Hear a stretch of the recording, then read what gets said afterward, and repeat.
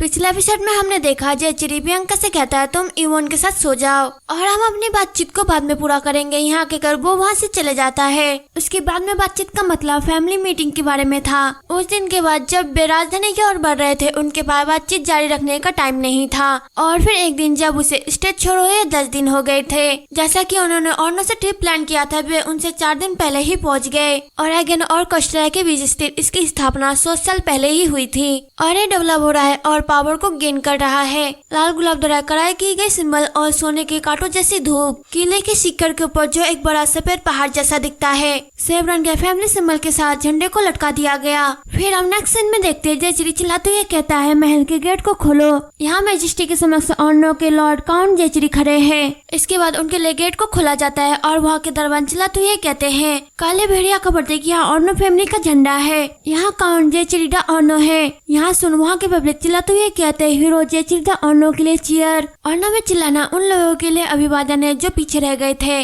जनता ने उस हीरो के प्रति अपने एक्साइटमेंट को दिखाया जिन्होंने उनके देश को बचाया। उन्हें महल के अंदर एंटर करने के लिए 3 बड़े गेटों से गुजरना पड़ा।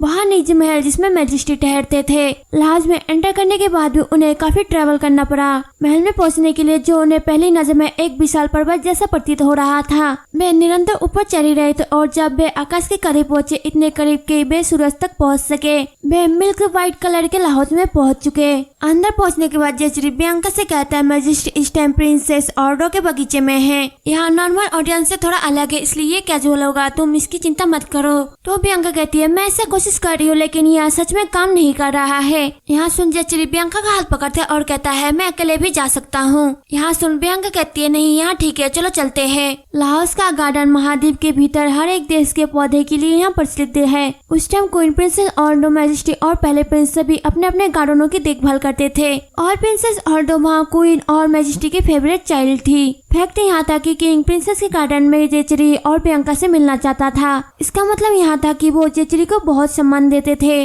इसके बाद वो दोनों किंग के पास पहुँच जाते हैं। वहाँ पहुँचने के बाद जयश्री कहता है आप एक साथ थे मैजेस्टी और पहले प्रिंस? तो किंग कहते हैं ओह काउंट ऑर्नो, हम आप ही का ही इंतजार कर रहे थे। फिर जयश्री बोलता है मैजेस्टी मुझे राहत है कि आप पिछली बार की तुलना में अब अधिक स्वस्थ दिख रहे हैं। तो किंग कहते हैं आपके एक्सप्रेशन थोड़ी ढीले हो गई है काउंट, और आपके बैगन में जो ब्यूटीफुल लेडी खड़ी है शायद वो। तो प्रियंका उनको सम्मान देते हुए कहती है मैं जयश्री की पत्नी प्रियंका दा ऑर्नो हूँ मैजेस्टी। तो किंग कहते हैं ओहो तुम, आपसे मिलकर खुशी हुई काउंटेस। मैं सेवरन का राजा हूँ मिस्टर दी सेवरन। मैं बहुत टाइम से आपसे मिलना चाहता था, यहाँ तक कि काउंट कभी भी आपको लाहौस नहीं लाया। यहाँ कहते हैं कि आप बहुत ही कमजोर है। अब जब मेरे मरने का टाइम आ गया है आपसे मिलना मेरी करुणा का प्रदर्शन है। आप लॉर्ड काउंटेस ब्लेसफोर्ड की तरह ही दिखती है। किंग के बगल में गोटियार होता है जो कि कहता है मैं पहला प्रिंस गोटियार दा सेवरन हूँ। हालांकि मैं आपके फादर के बहुत ही करीब हूँ, फिर भी मैं आपसे पहली बार मिल रहा हूँ। अगर मैंने अपनी पत्नी को देने के लिए यहाँ ऑर्डर से गुलाब नहीं मांगे होते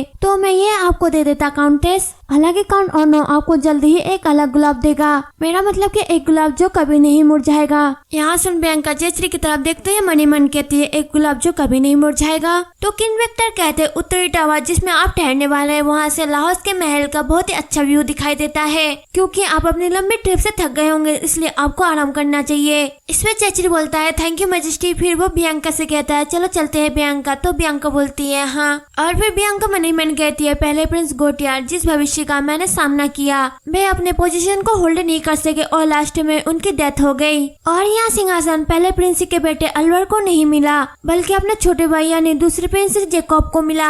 यहाँ शबरन का भविष्य था जिसका मैंने एक्सपीरियंस लिया। मेरी फैमिली और उन्होंने पहले प्रिंस का साइड लिया, लेकिन अगर चीजें इसी तरह से जारी रही तो पहला प्रिंस सिंहासन नहीं ले पाएगा। और एक बिना डोर वाली पतंग के लिए रिनिंग होने का अर्थ यहाँ है कि भविष्य पहले से ही निर्धारित है। तो क्या यहाँ अच्छा नहीं होगा कि हम दूसरे प्रिंस की थोड़ा साइड ले ले? हालांकि दूसरे प्रिंस के इर्द गिर्द कई घोटाले हैं। और तभी प्रियंका जैकब से टकरा जाती है और वो गिरने वाली होती है। तो जैकब उसे पकड़ लेता है और वो कहता है क्या तुम ठीक हो मिस? मुझे माफ कर दीजिए मैं थोड़ा जल्दी में था। तो प्रियंका कहती है नहीं नहीं मेरा ध्यान नहीं था। और वो मने मन कहती है उफ वहाँ बहुत ही करीब है। फिर जैकब बोलता है ओहो ब्यूटीफुल मिस, मुझे आश्चर्य हो रहा है कि आप कहाँ से है। तो प्रियंका घबराती हुई कहती है माफ करना मैं। तभी जयश्री चिल्लाते हुए कहता है प्रियंका। तो प्रियंका चौंकते हुए कहती है सच में आपके कदम बहुत ही तेज है। यदि मैं भटक जाऊँ और मेरा ध्यान भी भटक जाए तो मैं यहाँ क्या करूँगी इस अनजान महल में। तो जेचरी बियांका का हाथ पकड़ते हुए कहता है मुझे माफ करना, तो फिर अब से मैं तुम्हें खोने की कोशिश नहीं करूंगा।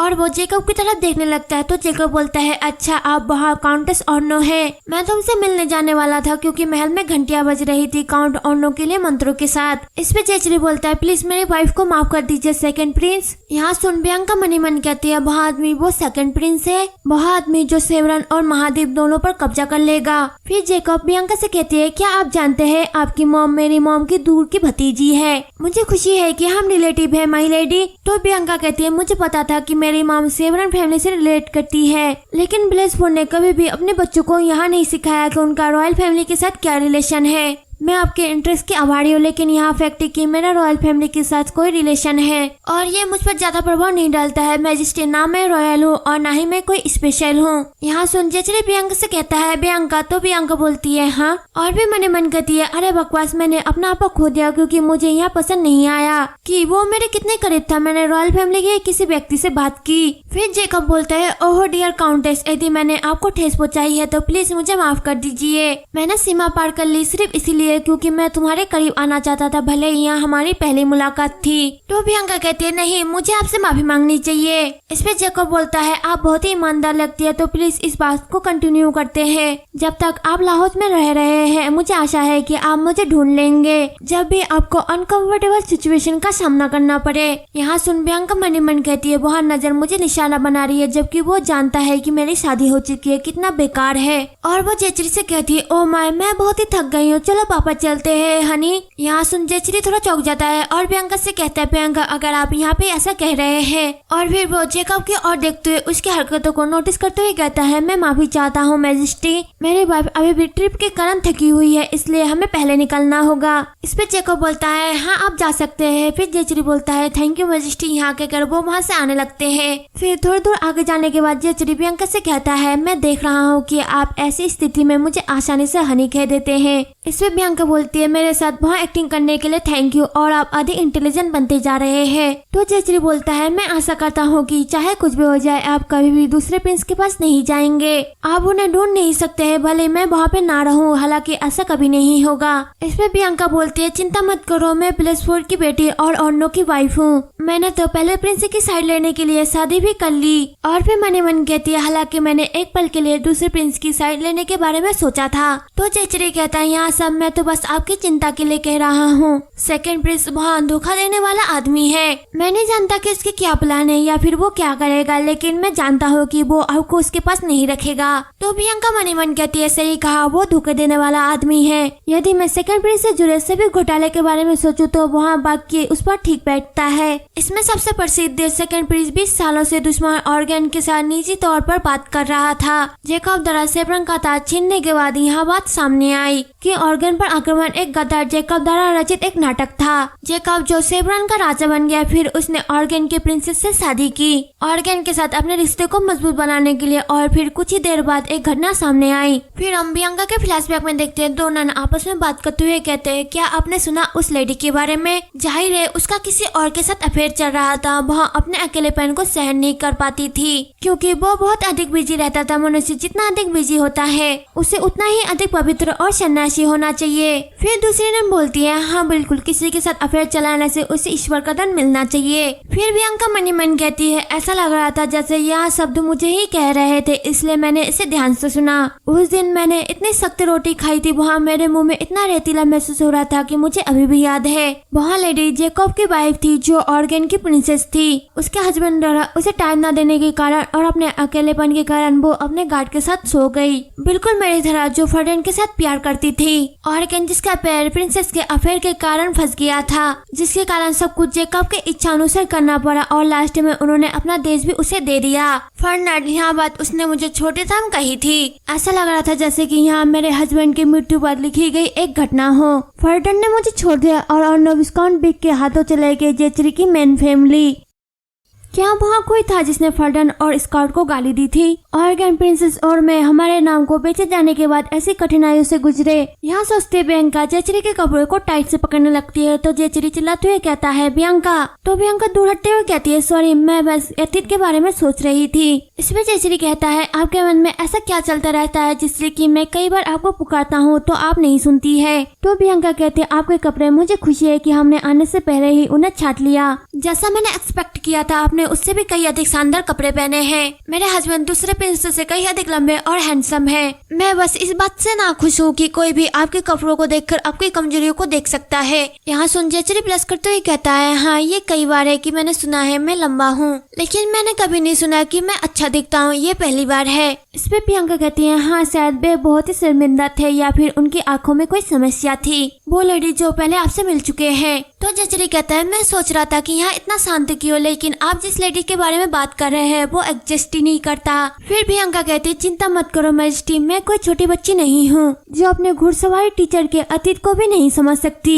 तो जेचरी कहता है क्या सीरियसली यदि सच में मेरे पास कोई ऐसी लेडी होती जिसे मैं छिपा कर रखता तो मुझे नहीं लगता कि वो गलत होता। सेकंड प्रिंस से हुई अनकंफर्टेबल मीटिंग को भुलाने के लिए वे किसी अन्य बातों पर बातचीत करते और अपने मन को स्थिर रखते थे। बियांका और जेचरी को तब कुछ भी पता नहीं था कि सेकंड प्रिंस और अर्नोक का रिश्ता उस मोमेंट से शुरू हो गया था। इसके बाद वो दोनों महल तक पहुंच जाते हैं और उनका वेलकम करने के लिए वहाँ पे इवोन होती है। फिर बियांका अंदर आती और कहती है हे भगवान, पहले प्रिंस ने बताया था कि यहाँ का व्यू बहुत ही सुंदर है, लेकिन उन्होंने कभी नहीं बताया था कि अंदर का हिस्सा इतना सुंदर होगा। तो इवोन बियांका को सवाल देते हुए कहती है सभी आइटम हाई एंड प्रोडक्ट है। फिर बियांका कहती है वहाँ संदूक वहाँ अर्नोक से है ना, मैं तो रियलिटी को भूल ही गई थी लेकिन अब मैं सब कुछ देख सकती हूँ। फिर इवोन बियांका को रूम में ले जाती है और कहती है मैडम यहाँ कमरा है, यहाँ आप और मैजेस्टी रहेंगे। यहाँ सुन बियांका चौंकते हुए कहती है रुको एक मिनट, क्या मैं और मैजेस्टी एक ही कमरे में रहेंगे? तो इवोन कहती है लेकिन यहाँ तो आपने ही कहा था। फिर बियांका मन ही मन कहती है हाँ बिल्कुल मैंने ही किया था क्योंकि हाल ही में मैं उनके करीब पहुँचना चाहती थी,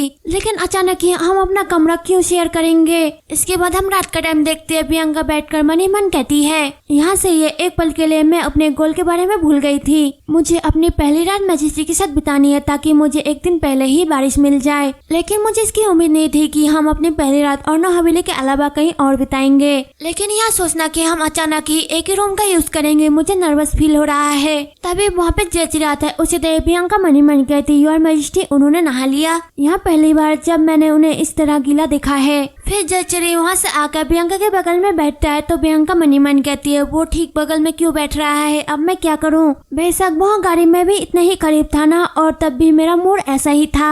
वहाँ आ रहा है मेरा हाथ, मैं अपने हाथ का क्या करूँ? ऐसा क्या मुझे इन्हें अपने घुटनों के ऊपर रखना चाहिए? फिर जेचरी बियांका के गालों को पकड़ता है तो बियांका मन ही मन कहती है इतना ठंडा, उसका हाथ इतना ठंडा क्यों है? फिर वो दोनों किस करने ही वाले होते हैं तभी जेचरी चिल्लाते हुए कहता है बियांका अब कहाँ है? यहाँ सब बियांका का एक सपना होता है जिसे बियांका मन ही मन सोच रही होती है। फिर जेचरी बियांका को ढूंढते हुए उस रूम में आता है और वो कहता है आप यहाँ पे है। अभी बसंत ऋतु का अंत है लेकिन ऐसा लग रहा है कि बिस्तर अभी भी एक छतरी है, शायद ऐसा इसलिए है क्योंकि हम अभी भी ऊंचाई पे है, तब रात को ठंड नहीं लगेगी। लेकिन बियांका क्या गलत हुआ है? क्या आप बहुत थक गए हैं? लेकिन ऐसा लग रहा है कि तुम्हें बहुत ही बुखार है। तो बियांका मन ही मन कहती है ऐसा इसलिए क्योंकि मैं कुछ और ही सोच रही थी इसलिए मुझे अकेला छोड़ दो।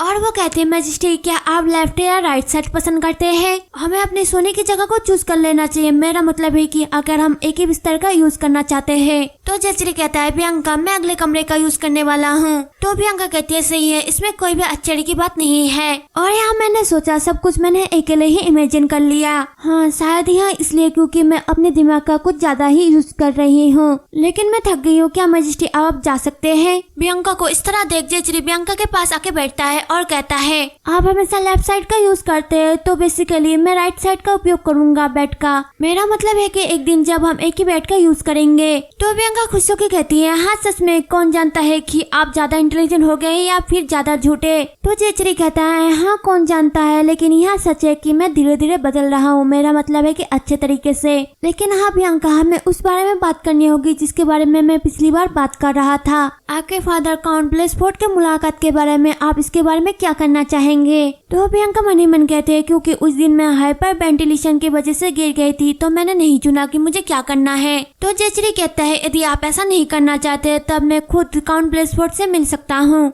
वैसे भी जब हम लाहौर में रह रहे हैं तो हम उनसे मिलते रहेंगे, इसलिए संभवतः हमें उनसे मिलना चाहिए। तो प्रियंका कहती है आइए हम उनसे जल्द से जल्द मिलते हैं क्योंकि मैं ठीक हूँ। फिर हम नेक्स्ट सीन में देखते हैं इवोन प्रियंका के बालों को ठीक कर रही होती है। तो प्रियंका इवोन से कहती है मुझे अच्छे रहे कि मैं कब मिलूंगी फादर और जियोचिन से। वैसे यहाँ अच्छा होगा कि हम यहाँ रहते हुए उनसे मिलने के लिए एक कपड़ों का सेट ला सके। हमें यह दिखाना होगा कि अर्नो की प्रतिष्ठा उस टाइम से अलग है जब मैंने पहली बार अर्नो में शादी की थी। फादर और जियोचिन वहाँ दिखावे की वजह से मैजेस्टी को जज नहीं करेंगे, लेकिन मेरा दिल ऐसा नहीं है। हमें यह दिखाना होगा कि हम किसी और से कई अधिक बेहतर काम कर रहे हैं, कि हम देश से भी कई अधिक समृद्ध हो चुके हैं। मुझे यह जानना है कि लाहौर में कौन सा दर्जी सबसे ज्यादा फेमस है। यदि यहाँ कोई ऐसा व्यक्ति है जो मेरे हस्बैंड के कपड़े बनाएगा तो क्या यहाँ व्यक्ति किसी और से बेहतर नहीं होना चाहिए। इसमें इवोन बोलती है चिंता मत करो मैडम, मैं कल सुबह जल्दी निकलूंगी और लाहौर के सबसे फेमस दर्जी को ढूंढूंगी। तो प्रियंका कहती है तो फिर मैं इसे आप पर छोड़ती हूँ, थैंक यू इवोन। फिर इवोन चली जाती है और प्रियंका सो जाती है और इवोन मन ही मन कहती है मैडम इतनी बात उन्हें नहीं थी। हालांकि उस दिन न केवल वो थकी हुई थी लेकिन बहुत तब तक बोलती रही जब तक कि वो सो नहीं गई। 9 साल बीत गए और मैडम एक मैच्योर लेडी बन गई,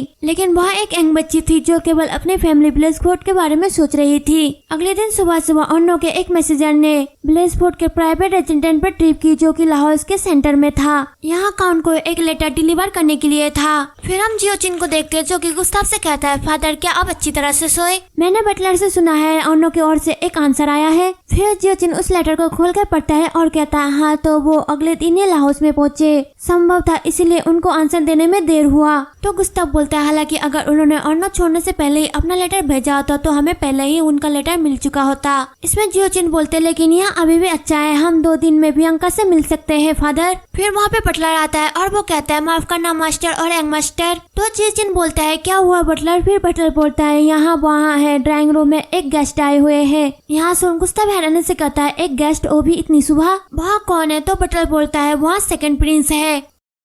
और यहाँ एपिसोड यहीं पे खत्म हो जाता है। अगर आपको वीडियो पसंद आई है तो लाइक और कमेंट करें, साथ ही मेरे चैनल को सब्सक्राइब करके बेल आइकन के बटन को भी दबा दे ताकि आपको वीडियो की नोटिफिकेशन मिलती रहे।